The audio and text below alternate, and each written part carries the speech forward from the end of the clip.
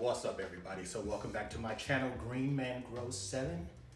I'm Sean Knight, and today, what up, y'all? So first of all, happy Memorial Day. One of my subscribers asked for this video, so I am going to give, and please forgive me if you can hear, got my window open. It's nice and shy. We've been having some up and down weather, and so as a result, one of my subscribers asked for this video, so I am honoring my subscriber. A follow-up to the Philodendron Royal Queen. Look at this baby here. If I don't drop it, let me do this just to make it easier. This is a follow-up to the video from when I first got this plant. It's been growing. At first it didn't have the moss pole in it, and now it has the moss pole, and it is really, look at those leaves, giving me everything that I need right now, as I always say. One of the reasons that I really did want to feature this, because as I said in the first video when I featured this plant, it is my mission to make sure that these plants have their due. I just adore the burgundy petioles and the green dark leaves. Look at that thing right there. That is a beauty beyond compare. Not better than any other plants, just beautiful and different. And so it's something about this that just captivates me. And I just want this to grow, climb up this moss pole. I add another moss pole to it and stake it and allow it to just thrive. These things are so easy. One of the things I most like about them is the easiness of growth, but you would think that because they have these dark leaves that they don't need that much light. But if you give them enough indirect bright light, the big leaves, you know, with the moss pole, they thrive. And so, yeah, so to answer your questions from my subscriber, it's an easy plant. I have it in aeroid mix. I have it in an area where it gets indirect bright light, but also it receives a grow light, because we've been having these up and down days of cloudiness here in Chicago. For a while I was thinking, am I living in Seattle? Because we've been having more cloudy days than sunny days. And so, you know, you have to supplement with your grow lights when you have that. But other than that, I am giving it feed every single time that I water it, since we're in the growing season, and it is living its best life. And I'm very, very appreciative for that. Isn't it beautiful? It is absolutely stunning. And so as a result, this is one of my favorites. It's not the only favorite that I have.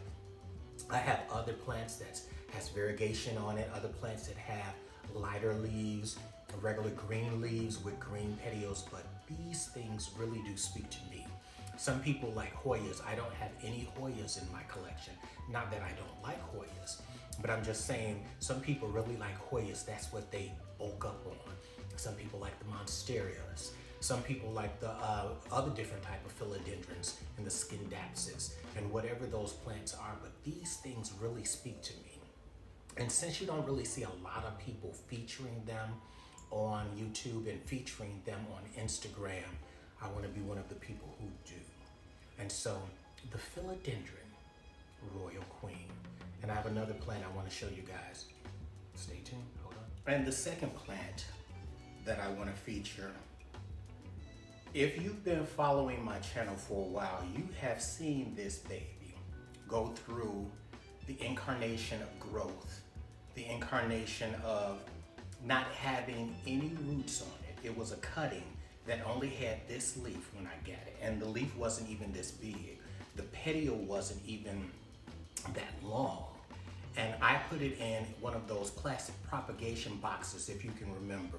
And as a result, I got it to root up a little bit, and then over the period of time, look at this right here. This baby is giving me life. And this is the Philodendron Mexicanum.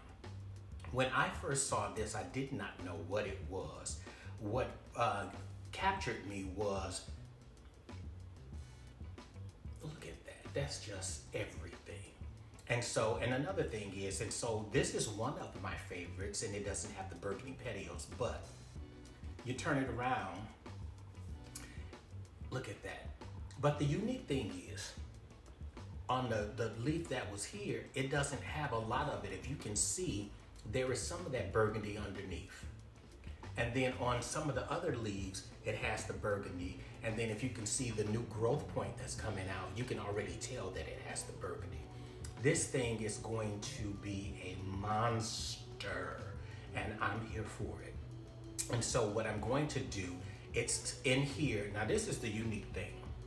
When you get a cutting and you see that the plant is getting growth, but it doesn't have enough roots to repot, I'm gonna have to do something strategic because it's time for it to go on a pole. Because in order for these leaves that's currently on here to reach the maximum benefit of growth like this leaf, it needs a pole.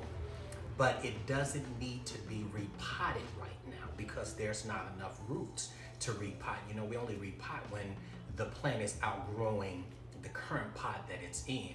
And so as a result, but I have an idea. I'm not gonna say what that idea is yet because it may not work and it may work. I think it's going to work.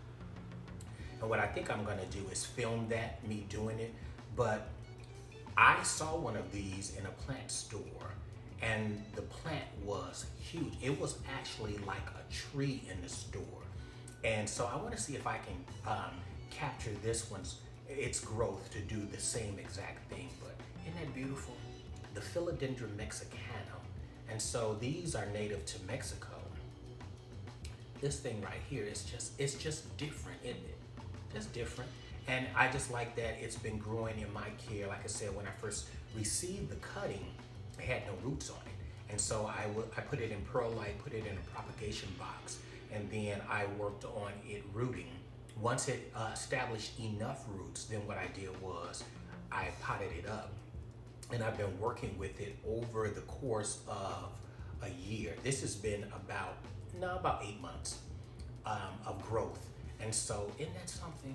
And so, like I said, I just absolutely adore this one as well because it's different, it's unique, and I'm just loving watching it grow.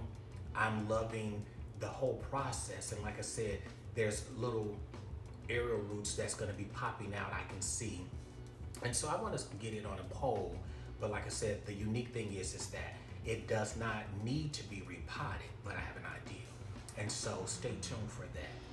If you have this plant or the Royal Queen that I just showed, let me know. Leave me a comment of what you think of each one of them. Do you like these type of plants? Is this something you would want in your collection, or do you have it in your collection? If you have not, hit that like button and subscribe to my channel. My subscribers are going up. I want to thank all of you who leave me comments, who reach out to me on Instagram. I'm appreciative. The channel is growing and I'm happy about it. I have more for you guys coming. Stay tuned.